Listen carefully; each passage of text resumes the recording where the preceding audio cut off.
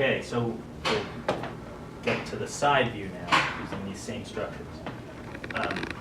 So I'll just kind of try to, let's see, there's the top of the egg shape that I had from last time. I'm going to try to follow it out over here so that I have a similar scale happening. Front, okay, and maybe these points I'll just map out across. And maybe I'll get the knees. And that's the floor here.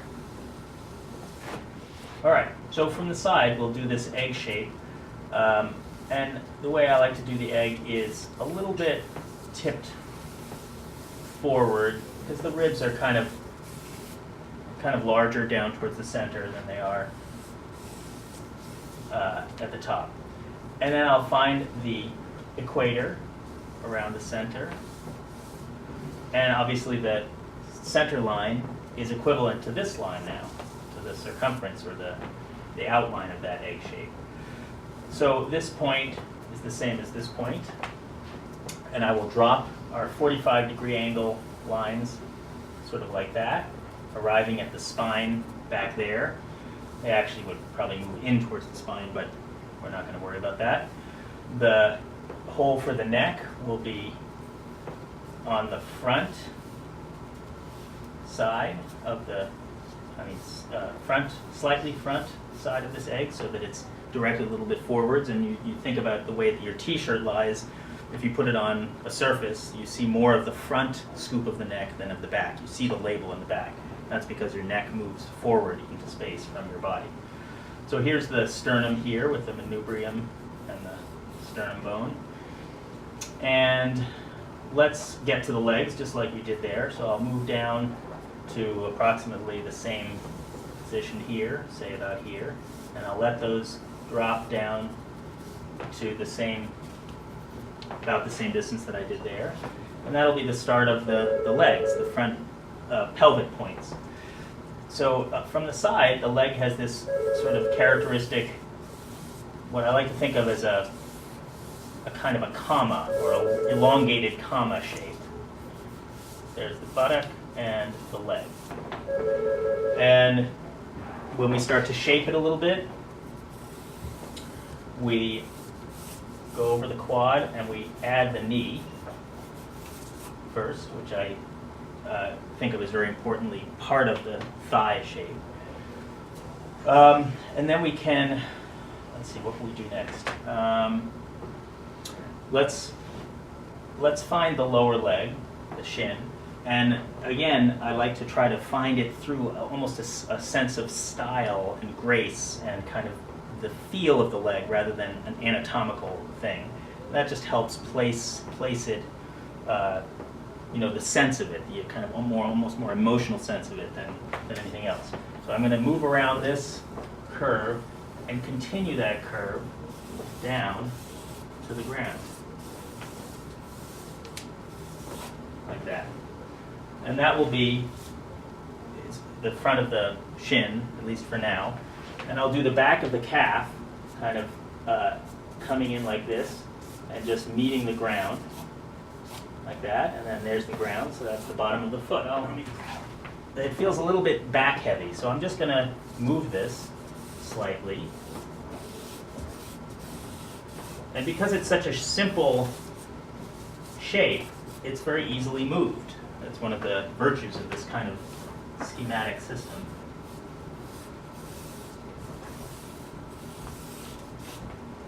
We'll put the knee here. Maybe just to be clear, I'll remove some of the old lines.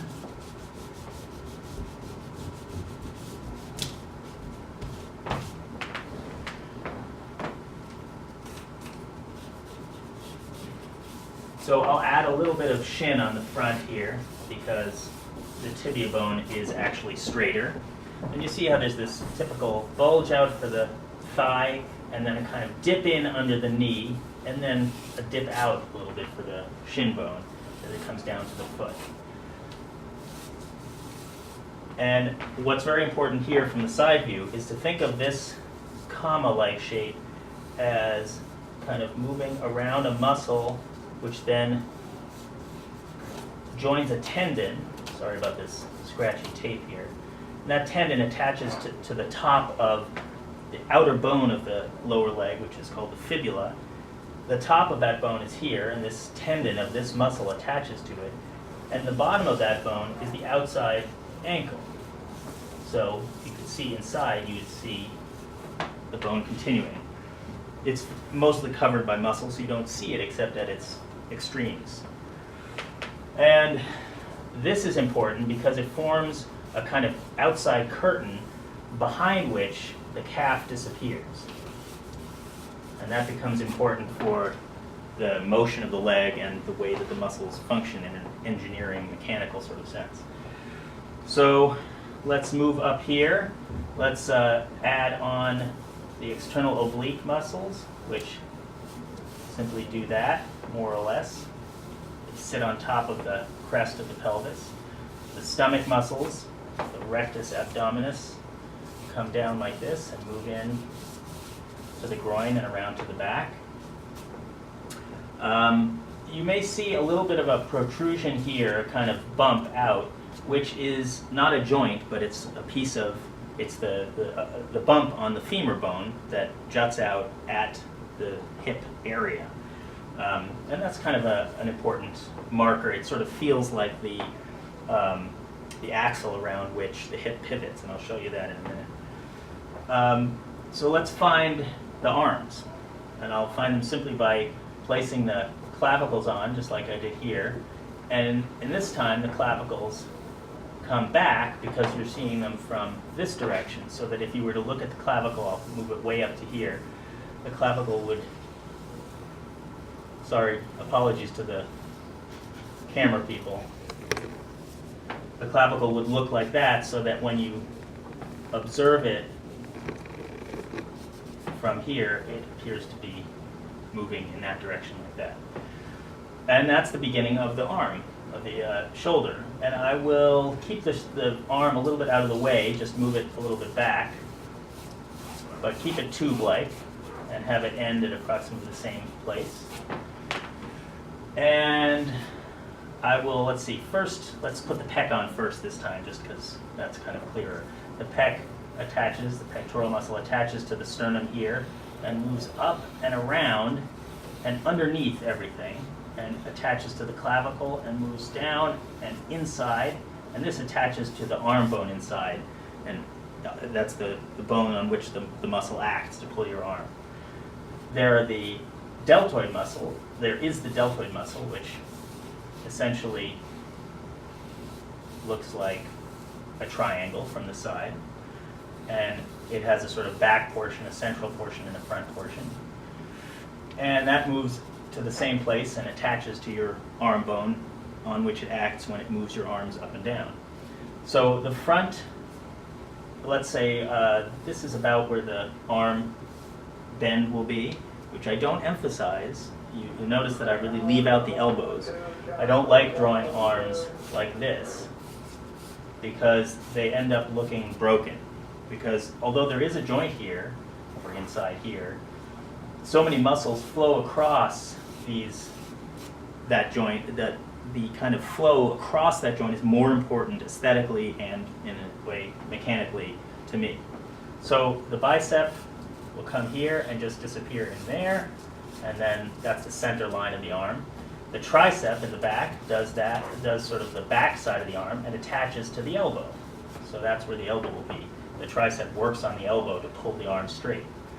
Then the muscles from the center of the arm move out and take over and move all the way down to the wrist, so that you have a characteristic empty space where the arm, the inside of the arm is.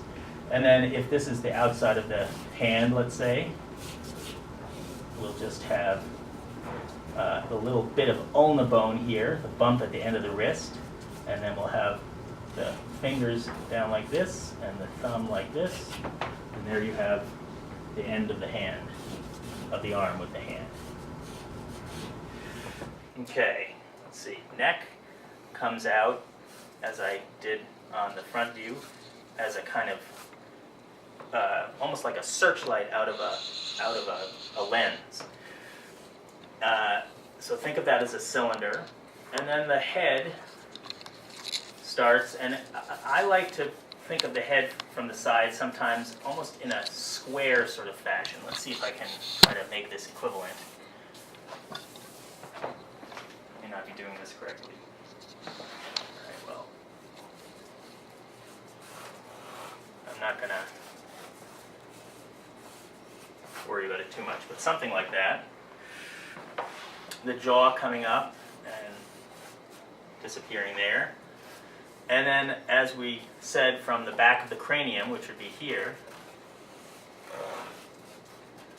the trapezius muscles come down and move down the back, which we'll see more in the back view, and they move to the front, to the top of the clavicle, just where the deltoid comes in on the bottom. So they create this sort of, I think of it almost like the foot of a snail grabbing on to this entire portion of the upper clavicle and the shoulder blade and back, and filling in that space.